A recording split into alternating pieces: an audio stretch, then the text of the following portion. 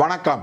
நிறைய பேர் என்ன எதிர்பார்க்குறாங்கன்னா, நரேந்திர மோடி ஆட்சி கவுந்துரும், வேகமா கவுந்துரும், நரேந்திர மோடியை எல்லாரும் ரீப்ளேஸ் பண்ணிடுவாங்க அப்படின்றது யோசிக்கிறாங்க.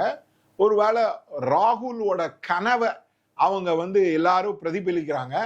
அதுல சுப்பிரமணியம் சுவாமின்றது ஹார்வர்ட் பிசினஸ் ஸ்கூல்ல ப்ரொஃபஸரா இருந்து அவங்க பொண்ணு லவ் பண்ணி ஒரு முஸ்லீமை கல்யாணம் பண்ணவர் கூட பேட்டி கொடுத்துட்டு இருக்காரு.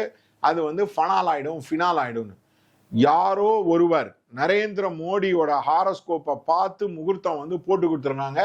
இட்ஸ் ரியலி பிரில்லியன்ட் முகூர்த்தம். குரு 8ஆம் வீட்டிலேருந்து 8ஆம் வீட்டுக்கு மிதுனத்துக்கு போகும்போது கொஞ்சம் மைல்டு டர்புலன்ஸ் இருக்கும் நரேந்திர மோடியோடைய கவர்மெண்ட்ல.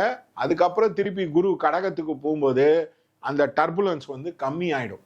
அதனால Narendra Modi will complete the third term. He will be the only person to complete the third term.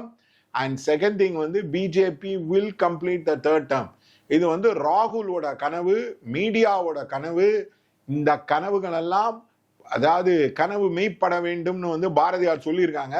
இந்த கனவுலாம் முகூர்த்த சாஸ்திரம் தெரிஞ்சவனுக்கு கண்டிப்பாக தெரியும். அது நடக்காது. ஏன்னா லக்னத்திலேருந்து எல்லா பிளானட்டும் 7ஆம் வீடு சூப்பர் டூப்பரா யாரோ முகூர்த்தத்தை ஃபிக்ஸ் பண்ணி கொடுத்துருக்காங்க. அதே மாதிரி இந்த வர 5 இயர்ஸ்ல சென்செக்ஸ் 2820 நிஃப்டி 50 28,29,000 போய்விடும். எவ்வளவுதான் மணிப்பேச்சு சீனிவாசன் கத்தி பேசினாலும் இது உண்மையில் இந்த சென்செக்ஸ் மேல போகுது. தேங்க்யூ.